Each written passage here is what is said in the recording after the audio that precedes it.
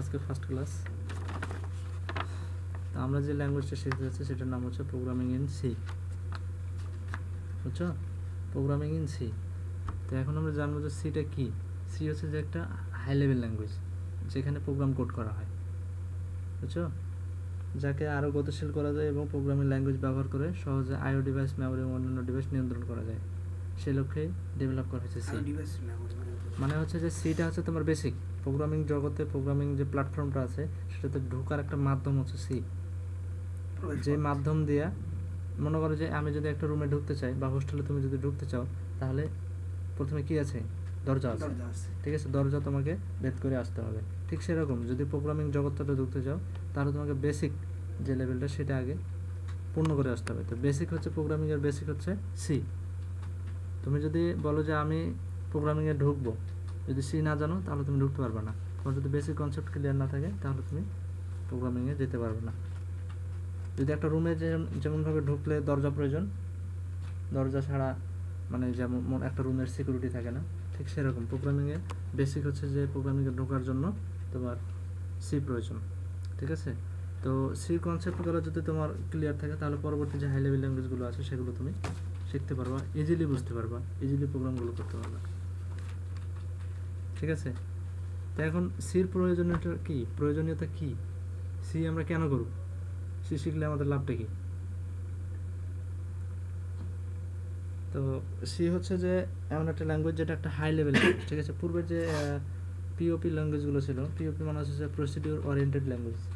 এই ল্যাঙ্গুয়েজগুলোতে তোমার ফাংশন এবং তোমার যে ক্লাস আছে তার মধ্যে একটা সামঞ্জস্যপূর্ণ বৈশিষ্ট্য ছিল না, ঠিক আছে? সেখানে সব কিছু প্রোগ্রাম কোড করা যেত না, ফাংশনে কল করা যেত না। কিন্তু হাই লেভেল ল্যাঙ্গুয়েজগুলোতে ফাংশন কল করা যায়, ফাংশনের মাধ্যমে কাজ করা যায়। তো পূর্বের ল্যাঙ্গুয়েজগুলোতে অনেক সীমাবদ্ধতা ছিল পিওপি, কিন্তু বর্তমানে যে ওওপি, অবজেক্ট ওরিয়েন্টেড ল্যাঙ্গুয়েজ, সেই ল্যাঙ্গুয়েজগুলো মোটামুটি পিওপির সীমাবদ্ধতা দূর করা হয়েছে আর কি। তো এই সি দিয়ে তোমার অনেক কাজ করা যায়, অনেক। তুমি মনে করো যে সি দিয়ে শুধু প্রোগ্রাম বেসিক কনসেপ্ট এটাই করবা তা না। সি দিয়ে তোমার একটা ফ্যান ঘুরতেছে, ফ্যানের স্পিডটা পরিমাপ করতে হবে। একটা গাড়ি চলতেছে, গাড়ির পরিমাপ করতে পারবা। একটা ঘড়ি চলছে, ঘড়ি কতক্ষণ, ঘড়ির টাইম নিয়ন্ত্রণ করতে পারবা। একটা পিসি চলতেছে, পিসি কতক্ষণ চললো, ঠিক আছে? পিসির ডিসপ্লে আউটপুট দিচ্ছে কিনা সেটা তুমি সির মাধ্যমে করতে পারবা। তারপরে যে হাই লেভেলে যে গেমসগুলো আছে সেই গেমসগুলো তুমি ডেভেলপ করতে পারবা C, C plus plus, Java, এরকম ইত্যাদি ইত্যাদি অবজেক্ট ওরিয়েন্টেড যে প্রোগ্রামিংগুলো আছে, ল্যাঙ্গুয়েজগুলো আছে, সেগুলো দিয়ে তুমি একটার পর একটা ডেভেলপ করতে পারবা। তখন তুমি যে কোনো সেক্টরে তুমি যেতে পারবা, ঠিক আছে? তো প্রোগ্রামিং প্ল্যাটফর্মটা আগে খুবই ছোট ছিল, কিন্তু বর্তমানে এত বিশাল যে একটা সাইড নিয়ে কাজ করাটাই মুশকিল। বিভিন্ন সাইড তো দূরে থাকে, ঠিক আছে? তো আর কি এখন শেখো আস্তে আস্তে। মানুষ তো আর একদিনে সব কিছু শেখে না, শিখতে হয় মানুষকে। তো এখন তোমাদের শেখার সময়।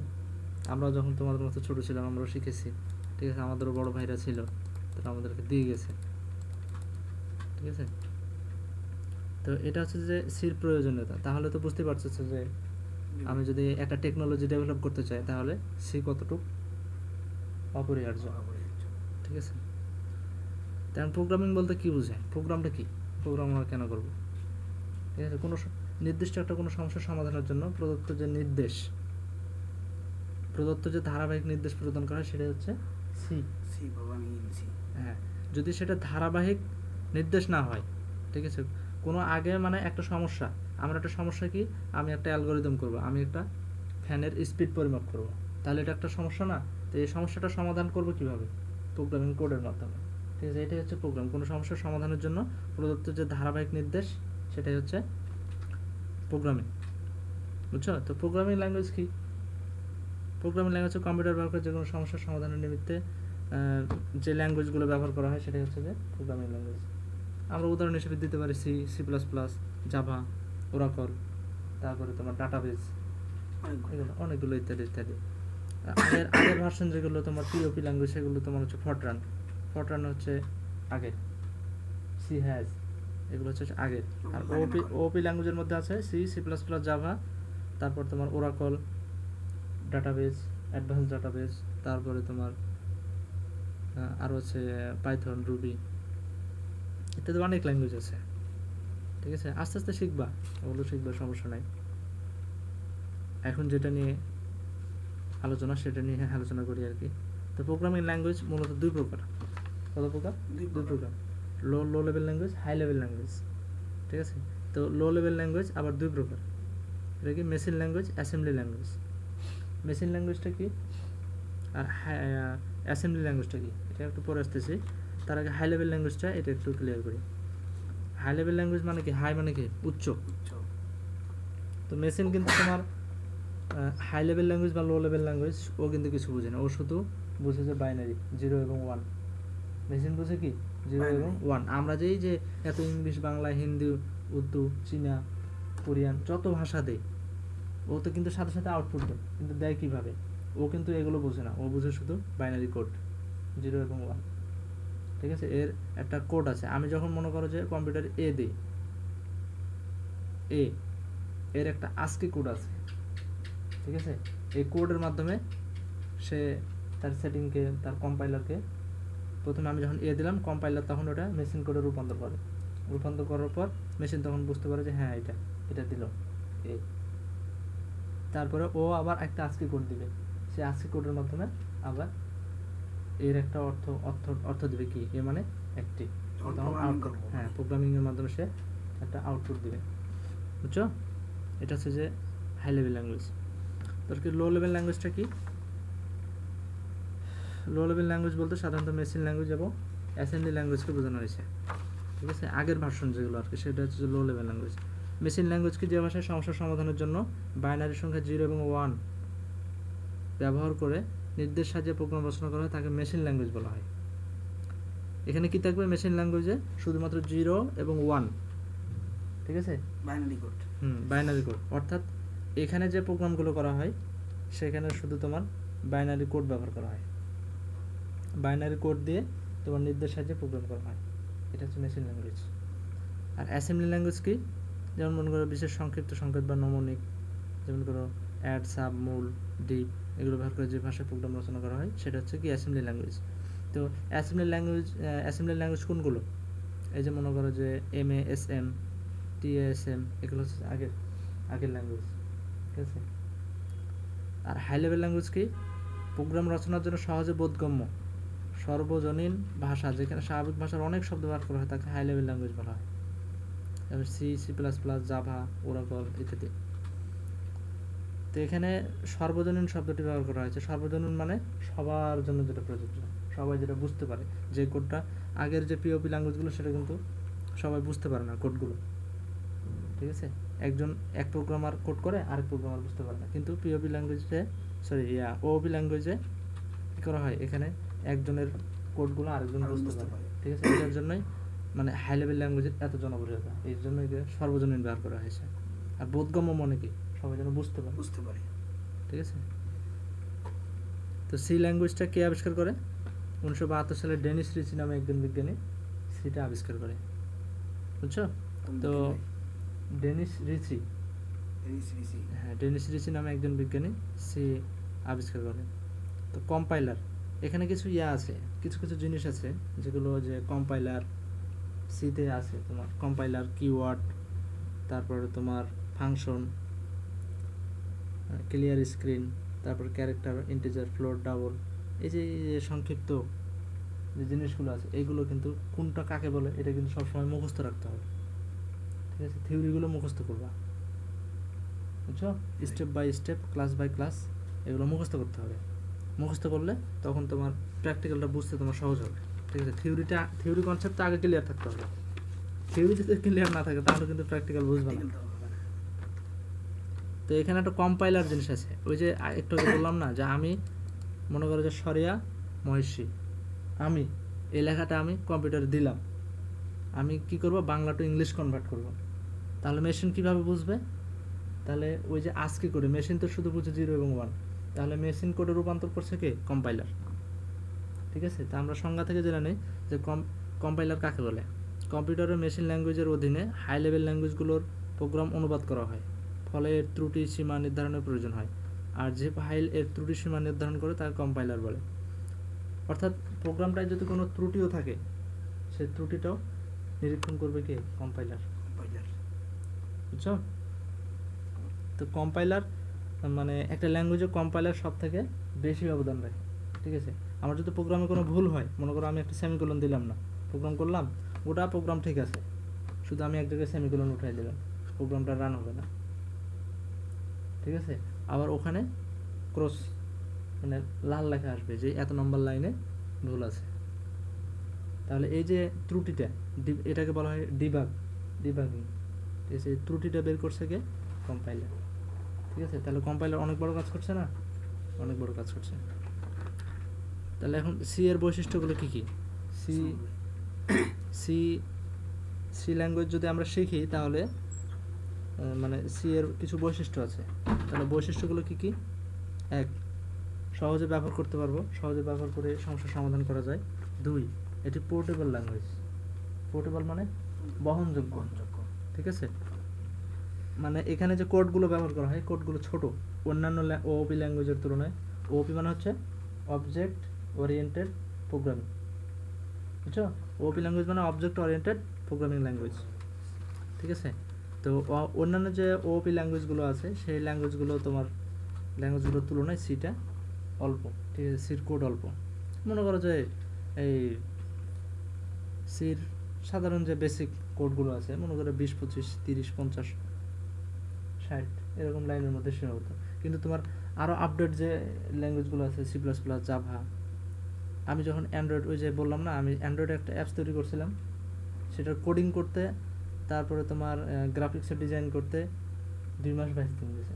তাহলে ওটার কোডিংটা তোমার 3 মিনিট ধরে শুধু ওই যে মাউসের পয়েন্টারে ঘুরাতে হয়, এত বড় কোডিং, ঠিক আছে? তাহলে এই যে ধারাবাহিকতা, মানে এলোমেলোভাবে করলে তো হবে না, এই যে ধারাবাহিকতা, আস্তে আস্তে কোডিংগুলো কিন্তু একদিনে করিনি, একদিনে কিন্তু করতেও পারিনি, ঠিক আছে? কিন্তু এটা ধারাবাহিকতা আছে, আমি আজকে এতটুকু কাজ করলাম, কালকে আবার ওটা সেভ দিয়ে আবার পরেরটুকু করলাম, পরেরটুকু করলাম, এভাবে ধারাবাহিকভাবে কাজ করতে হয়, বুঝছো? তো এখানে আরও কিছু বৈশিষ্ট্য আছে, সেটা হচ্ছে যে সহজে ব্যবহার করে সমস্যার সমাধান করা যায়, এটি পোর্টেবল ল্যাঙ্গুয়েজ, তারপরে এটা কোডিং সহজ, অন্য ল্যাঙ্গুয়েজের তুলনায় এটা কোডিং সহজ, এটা স্বাধীন, বিধায় কোনো সাইড ইফেক্ট নেই, ঠিক আছে? এটার কোনো এটা হচ্ছে স্বাধীন, পরাধীন না। তারপরে কি, এটা কেস সেন্সিটিভ ল্যাঙ্গুয়েজ, ঠিক আছে? এখানে ছোট বড়, কেস সেন্সিটিভ মানে আপার কেস লোয়ার কেস, বুঝো না? আপার কেস মানে হচ্ছে যে তোমার বড় হাতের অক্ষর, আর লোয়ার কেস মানে ছোট হাতের অক্ষর, এটা তো বুঝছো নাকি? স্মল লেটার, ক্যাপিটাল লেটার, হ্যাঁ। তো এটা হচ্ছে যে কেস সেন্সিটিভ। তারপরে এফিসিয়েন্সি অনেক বেশি, কোনো পরিবর্তন ছাড়াই অতিরিক্ত ডাটা যোগ করা যায়। মনে করো যে আমি একটা প্রোগ্রাম করলাম, প্রোগ্রামটা আমি এখন কিছু আপডেট করতে চাচ্ছি, আপডেট করতে চাইলে তাহলে কী করতে হবে? আমার কিন্তু গোটা প্রোগ্রামটার পরিবর্তন করা লাগবে না, ঠিক আছে? যেখানে আমি ডাটা যোগ করব, শুধু সেই জায়গাটায় গিয়ে, মনে করো যে আমি একটা লুপিং ইউজ করছি, লুপের ভিতরে আমি একটা লাইন যোগ করবো, ওই লাইনটা দিয়ে দিলাম, সেভ দিলাম, হয়ে গেল, ঠিক আছে? কিন্তু আগের যে পিওপি ভার্সনগুলো ছিল, পিওপি ভার্সনের যে ল্যাঙ্গুয়েজগুলো, সেগুলোতে তোমার মানে একটা যদি কোনো আমি লাইন পরিবর্তন করতে চাই, আপডেট করতে চাই বা ডিলিট করতে চাই, তাহলে কী করতে হবে? পুরো প্রোগ্রামটাই আমার বাতিল করে দিতে হয়, ঠিক আছে? পুরো প্রোগ্রামটা বাতিল করে আবার শুরু থেকে কোড করতে হয়। কিন্তু ওপি ল্যাঙ্গুয়েজের ক্ষেত্রে, এই যে সির ক্ষেত্রে কি, আমি যদি আপডেট করতে চাই তাহলে যে জায়গাটায় আপডেট করবো শুধু সেই জায়গাটায় একটা কোড করে দিলে হয়ে যাবে, ঠিক আছে? আমার পুরোটাই আবার নতুন করে কোড করা লাগবে না, বুঝছো? তো এই হচ্ছে যে আমাদের মোটামুটি বেসিক প্রথম ক্লাসের। আর আরও কিছু করাতে যাচ্ছিলাম, কিন্তু ওরা আসুক, ঠিক আছে? তো করাবো, দু একটা করাই নাকি? তো সি প্রোগ্রামিং করার জন্য সাধারণত কোড ব্লকস আমরা ইউজ করি, আরও অনেক সফটওয়্যার আছে, নোটপ্যাডেও করতে পারো, সমস্যা নেই। তো কোড ব্লকস এই সফটওয়্যারটাতে সি প্রোগ্রামিং করা হয়। তো আমার কাছে যে ভার্সন আছে সে ভার্সনটা হচ্ছে যে 16.01।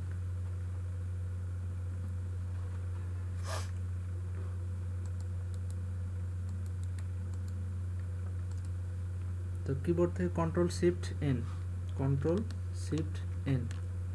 এটা চাপলে একটা নিউ বার আসবে, ঠিক আছে? অর্থাৎ নিউ একটা ফাইল আসবে, অথবা তুমি এখান থেকে বাম পাশে যে ফাইল কন্ট্রোল শিফট এন, হ্যাঁ কন্ট্রোল শিফট এন, তো এখানে ফাইল আছে বাম পাশে, সে ফাইল থেকে নিউ থেকে এমটি ফাইল, এখান থেকে এটা ক্লিক করলো, এই যে দেখো আরেকটা বার চলে এসেছে। ঠিক আছে, তো আমরা খুব বেশি আজকে প্রোগ্রাম করব না, 2-1টা প্রোগ্রাম করবো আর কি।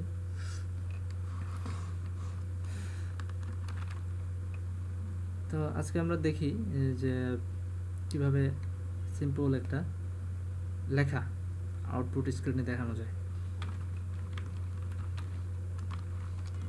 হ্যাজ ইনক্লুড studio.h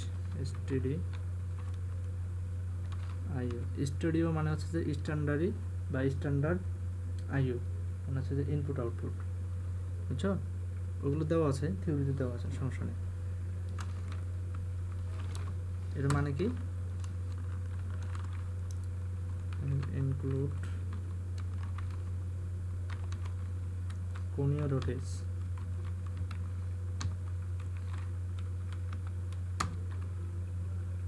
তারপর ভয়েড মেইন।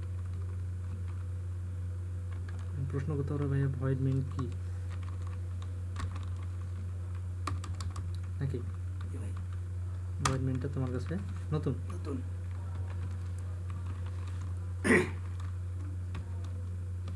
এখন এটা সেভ দেওয়ার জন্য কন্ট্রোল এ দিবা, অল সিলেক্ট, তারপর কন্ট্রোল এস দিলে এটা লোকেশন চাবে।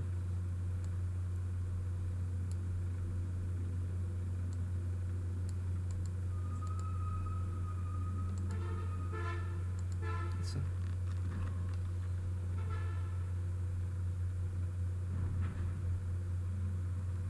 তোমার নামে একটা ফোল্ডার তৈরি করি, হানিফ না? তোমাদের আজকে যা শেখাবো এটা এখানে থাকবে, হানিফ।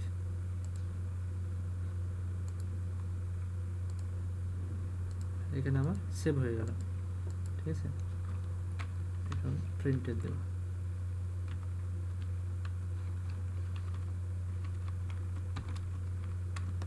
প্রিন্ট দেওয়ার জন্য ডবল কোটেশন দিতে হবে, প্রিন্টএফ লিখে ডবল কোটেশন দিতে হবে। ডবল কোটেশনের ভিতরে আমি যা লিখবো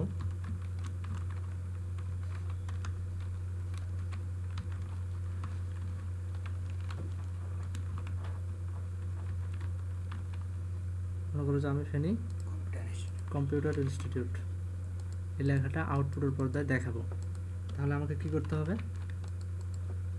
রান করতে হবে। রান, এই যে রান অপশনে যাবা,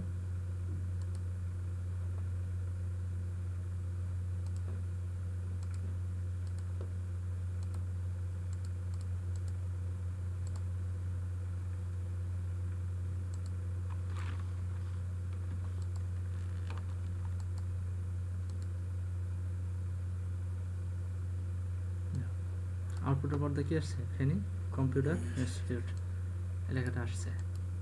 ঠিক আছে, এটা হচ্ছে যে .exe ফাইল। আচ্ছা, এখন কনসেপ্টটা ক্লিয়ার করি। হ্যাজ ইনক্লুড studio.h, স্টুডিও মানে হচ্ছে যে স্ট্যান্ডার্ডই বা স্ট্যান্ডার্ড আইও। আচ্ছা, যাই হোক আমরা স্ট্যান্ডার্ড আইও বলি। ঠিক আছে, স্টুডিও মানে স্ট্যান্ডার্ড আর আইও মানে হচ্ছে ইনপুট আউটপুট। তাহলে কি দাঁড়ায় আমার? স্টুডিও মানে আইও মানে কি? Standard input output. ঠিক আছে, আর এখানে হচ্ছে যে conio.h মানে কনসোল ইনপুট আউটপুট। এটা কিন্তু তেমন লাগে না, এটা যদি না দাও তারপর প্রোগ্রাম রান হবে, কিন্তু তোমার এটা দেওয়া লাগবে, হ্যাজ ইনক্লুড studio.h, এটা দেওয়া লাগবে। ঠিক আছে, তারপরে আরও কিছু তোমার টার্ম আছে, সেগুলো হচ্ছে যে SCR মানে হচ্ছে যে স্ক্রিন, CLR এটা মানে হচ্ছে যে ক্লিয়ার মানে কি? পরিষ্কার করে দাও। আউটপুট এখানে প্রোগ্রামিংয়ের ভাষা হচ্ছে আউটপুটের পর্দায় যে আমার লেখাটা আছে বা যা কিছু আছে সব কিছু মুছে ফেলে আপডেট, যেটা আমি কমান্ড দিব সেই কমান্ডটা সে প্রিন্ট করে ফেলবে। বুঝছো? তারপর হচ্ছে তোমার INT মানে হচ্ছে যে ইন্টিজার, মানে ইন্টিজার। তারপরে CHAR মানে ক্যারেক্টার। তারপরে ফ্লোট মানে ফ্লোট, এটা পুরোটাই লেখা হয় ডাবল। এগুলো হচ্ছে শর্টকাট কি, বুঝছো? শর্টকাট। তারপরে এই যে এই চিহ্নটা দেওয়া আছে, এই চিহ্নটার নাম কি? দুটোর নাম আমরা জানি যে গ্রেটার দেন লেস দেন, এটা কি গ্রেটার দেন লেস দেন, কিন্তু প্রোগ্রামিং এর ভাষায় যেটার নাম হচ্ছে লিঙ্ক।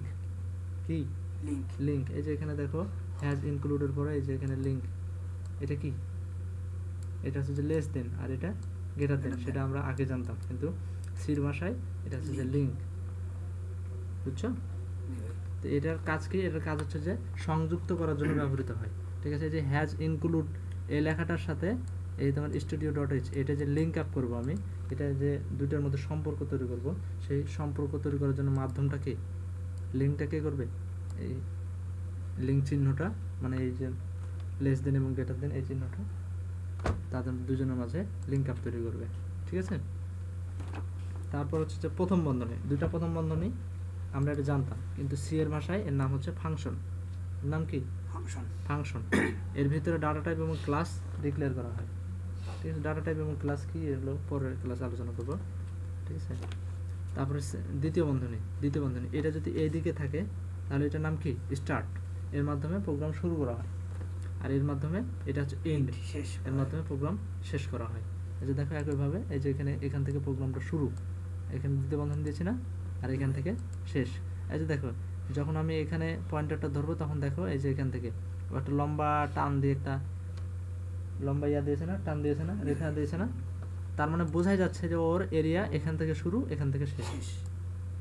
সিম্পল আমরা যেটা বুঝি আর কি, প্রোগ্রামিং এর ভাষায় বলবো না, সিম্পল ভাষায় আমরা বুঝি যে ওর লম্বা টান দিয়ে দেওয়া মানে কি, ওর এরিয়া ওখান থেকে এ পর্যন্ত, ঠিক আছে?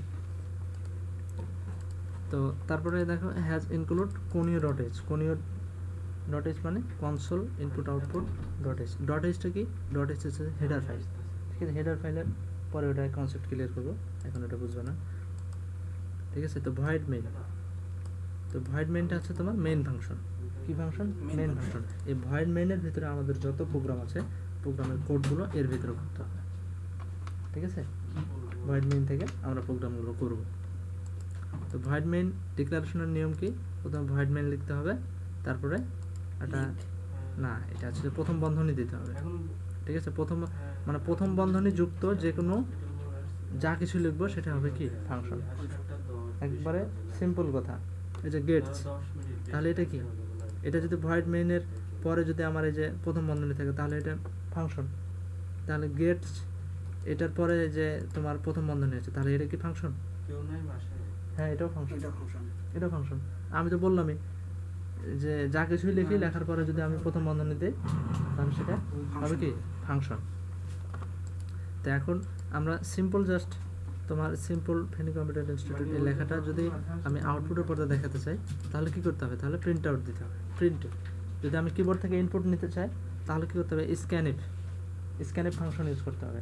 প্রিন্টেবল কিন্তু একটা ফাংশন না, এই যে ওর প্রথম বন্ধনী আছে, প্রথম বন্ধনী আছে না, প্রথম বন্ধনী আছে, তাহলে আমি প্রথম বন্ধনীর ভিতরে ডবল কোটেশন দিয়ে যা লিখবো, মনে করো যে আমি ফেনী কম্পিউটার ইনস্টিটিউট এটা লেখাটা কেটে দিলাম,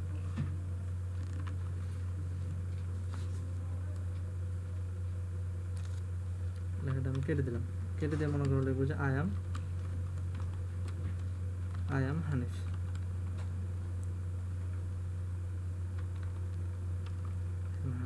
তারপরে এটা সেভ দিলাম, কন্ট্রোল এ দিয়ে কন্ট্রোল এস দিলাম, বুঝছো?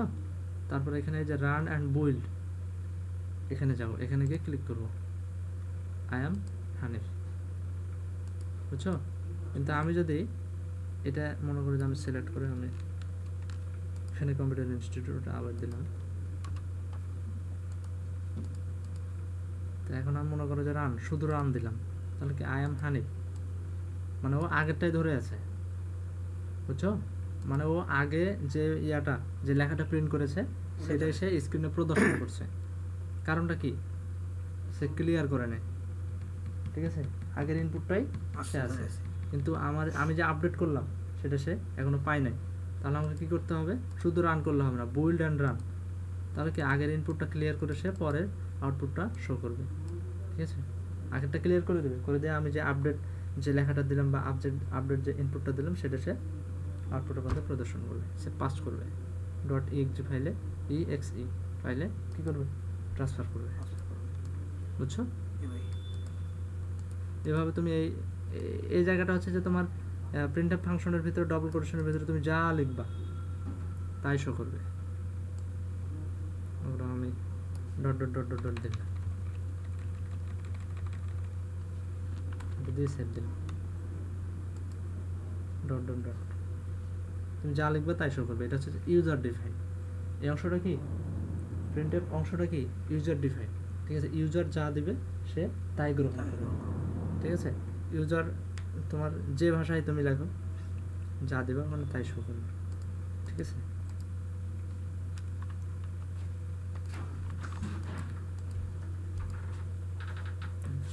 এখন আমার ট্রেনিং কম্পিউটার ইনস্টিটিউট দেখা করতেছে, বুঝছো?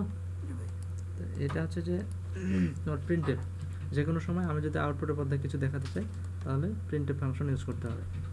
আর গেটস ফাংশনটা হচ্ছে এটা মনে করো যে আমি প্রিন্টএফটা দিলাম না, ঠিক আছে। তাহলে বলতে পারো যে ভাইয়া গেটস ফাংশনের কাজ কি? গেটস ফাংশন তো না ইউজ করলেও আমরা পারতাম, কেন ইউজ করলাম? তাহলে এখন দেখো এখানে কিছু নাই, আউটপুটে কিছু আছে, কিছু শো করছে না, কিন্তু এখানে পয়েন্টারটা কি লাফাচ্ছে, পয়েন্টারটা কি লাফাচ্ছে যে কিছু ইনপুট দাও ইউজারকে, সে বলতেছে যে কিছু ইনপুট দাও। তাহলে এই কাজটা করতেছে গেটসের মাধ্যমে। আমরা কি করতে পারি? গেটসের মাধ্যমে হচ্ছে যে তোমার কিবোর্ডে এন্টার চাপার আগ পর্যন্ত, মানে এন্টার না চাপা পর্যন্ত সে কোনো আউটপুট দিবে না। এটা হচ্ছে গেটস ফাংশনের কাজ, ঠিক আছে। আমি ইনপুট দিব, তারপরে সে এন্টার দেব, তারপরে শো করবে, ঠিক আছে। আমি যদি এখন এটা দিই, প্রিন্টএফটা দিলাম, ঠিক আছে। কিবোর্ড থেকে তুমি F9 চাপতে পারো, F9 চাপলেই রান হবে ট্রেনিং কম্পিউটার ইনস্টিটিউট, ঠিক আছে। কিবোর্ড থেকে F9 অথবা এই যে এখানে বুলিয়ান রান, এই যে পয়েন্টারটা এখানে নিয়ে যাবা, এখানে নিয়ে গেলে কি রান হয়ে যাবে। আর কিবোর্ড থেকে কি ডেস্কটপ কিবোর্ড থেকে, বুঝছো? এই যে এই কিবোর্ড থেকে F9। আর যদি ল্যাপটপ কিবোর্ড থেকে চাপতে চাও তাহলে কন্ট্রোল F9 একসাথে চাপবা, তাহলে রান হবে।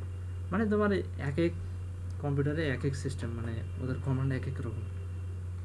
তো আর কি সিম্পল যেটা আর কি ডেস্কটপ কিবোর্ড হলে ডেস্কটপ কিবোর্ড থেকে তোমার F9 চাপলে রান হয় আর কি। আর ল্যাপটপ কিবোর্ড থেকে চাপতে গেলে তোমার যদি ডেলের হয় তাহলে কন্ট্রোল F9, তারপর আসুসের হলে কন্ট্রোল F9। লেনোভোর দেখি নাই, মানে অন্যান্য যে কম্পিউটারগুলো আছে সেগুলো তো কোনোটা F9 চাপলেই হয়ে যায়, ঠিক আছে। কিন্তু F9 কমন, কিন্তু কারোটায় তোমার শিফট F9, কারোটায় কন্ট্রোল F9, কারোটায় তোমার ওয়াল্টার F9, এক এক পিসির এক এক রকম আর কি কমান্ড, বুঝছো? তো এই প্রোগ্রামটা কি বুঝছো নাকি প্রশ্ন আছে? হ্যাঁ আচ্ছা, আরেকবার বলি, সমস্যা নেই। আচ্ছা, প্রথমে হচ্ছে যে হ্যাজ ইনক্লুড, প্রোগ্রামিংয়ের ক্ষেত্রে প্রথমে হ্যাজ ব্যবহার করতে হবে, ঠিক আছে। হ্যাজ ইনক্লুড এটা কিসের জন্য ব্যবহার করা হয়েছে? এটা হচ্ছে যে হেডার ফাইলের জন্য ব্যবহার করা হয়েছে। তো হেডার ফাইল কি? হেডার ফাইল হচ্ছে যে ডট এজ যুক্ত ফাইলকে হেডার ফাইল বলা হয়। তো আমি প্রথমে ইউজ করলাম কি studio.h, তাহলে studio.h, তাহলে স্টুডিওটা কি একটা হেডার ফাইল না? আমাদের সংজ্ঞা থেকে আমরা জানলাম যে ডট এজ যুক্ত ফাইলকে হেডার ফাইল বলে। হেডার ফাইল কেন ইউজ করা হয়? হ্যাজ ইনক্লুডের জন্য, ঠিক আছে। তারপরে কোনিও ডট এজ, এটাও তাহলে একটা হেডার ফাইল না? Header file. তাহলে এখানে যে হ্যাজ ইনক্লুড এটা আবার ওই হেডার ফাইলের জন্য ব্যবহার করা হয়েছে, ঠিক আছে। সিম্পল কথা। তারপরে এখানে মাঝখানে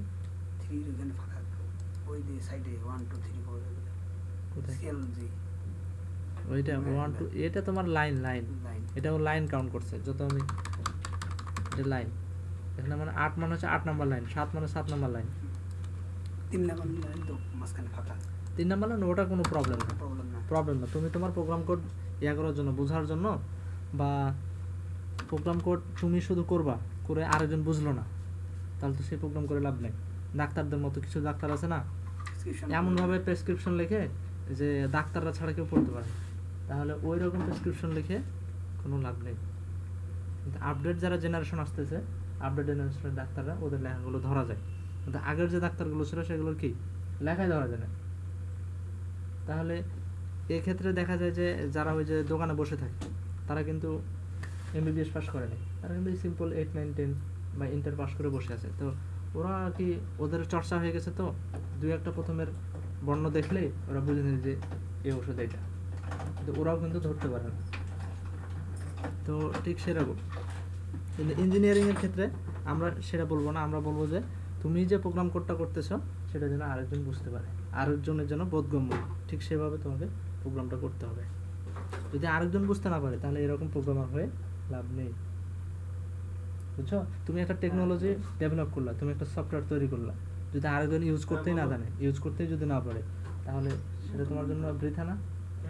তুমি একটা দেশের কল্যাণ করতে চাইতেছো কিন্তু দেশের মানুষ বুঝতেছে না। তুমি একটা মনে করো কৃষিভিত্তিক অ্যাপস তৈরি করলা প্রোগ্রাম কোড করে, মনে করো যে তুমি একটা অ্যাপসের মাধ্যমে, আচ্ছা থাক ওটা থাক, থিপ ডিটেক্টেড, মনে করো যে চোর ধরার একটা অ্যাপস তৈরি করতে চাচ্ছ, যে আমি এখানে আমার রুমের ভিতরে কম্পিউটারটা রেখে দিলাম, মোবাইলটা রেখে দিলাম, ঠিক আছে, আমি আমার কম্পিউটার মোবাইলে অ্যাপস ইনস্টল দিয়ে রেখে দিলাম, আর আমার কাছে একটা ডিভাইস থাকবে, ঠিক আছে, আমি যেখানেই যাই আমার এখানে যদি কেউ কোনো চোর ঢুকে তাহলে আমাকে একটা সিগন্যাল দেবে। তাহলে এটা কি দেশের কল্যাণে? সবসময় মন মানসিকতা থাকতে হবে যেন আমি দেশের, দশের, সমাজের উন্নয়ন করতে পারি, ঠিক আছে, তাহলে তুমি বড় হতে পারবা, তাহলে তোমাকে দেশের মানুষ স্বাগত জানাবে, ঠিক আছে, দেশের মানুষ তোমাকে সম্মান করবে। আর যদি তুমি দেশের অকল্যাণ করো, মানুষের ক্ষতি করো তুমি তোমার টেকনোলজি দিয়ে, তাহলে তোমাকে মানুষ কখনোই সম্মান করবে না, তুমি বড় হতে পারবে না, বুঝছো? আর যারা দেশের ক্ষতি করে তারা কিন্তু একদিন না একদিন তারা কষ্ট পাবে, ঠিক আছে, কিন্তু তোমার সবসময় লক্ষ্য থাকতে হবে যেন আমি দেশের কল্যাণ করি, দেশের কল্যাণে নিজেকে নিয়োজিত রাখতে হবে, ঠিক আছে।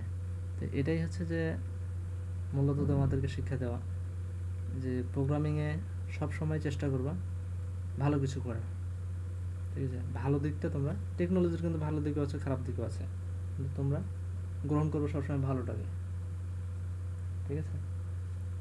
তো আর কি ভয়েড মেইন, এখানে হচ্ছে যে ভয়েড মেইন, এটা হচ্ছে মেইন ফাংশন।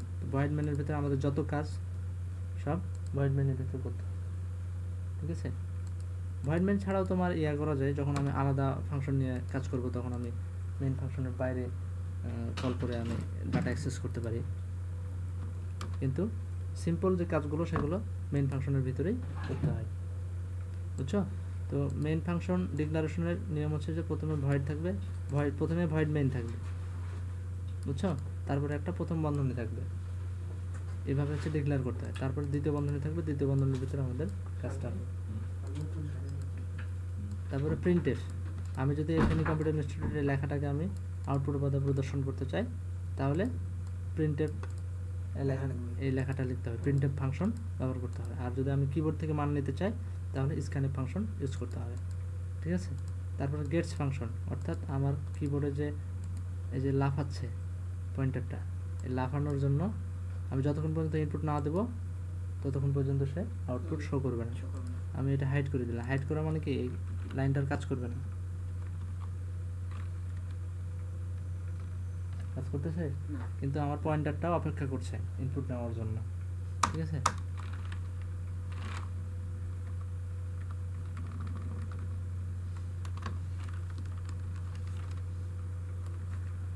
পেন ড্রাইভ আছে তোমাদের? পেন ড্রাইভ নিয়ে আসবা, ঠিক আছে। ফেনী কম্পিউটার ইনস্টিটিউট আজকে এই পর্যন্তই থাক, বেশি আলোচনা করলে আবার ওরা বুঝবে না।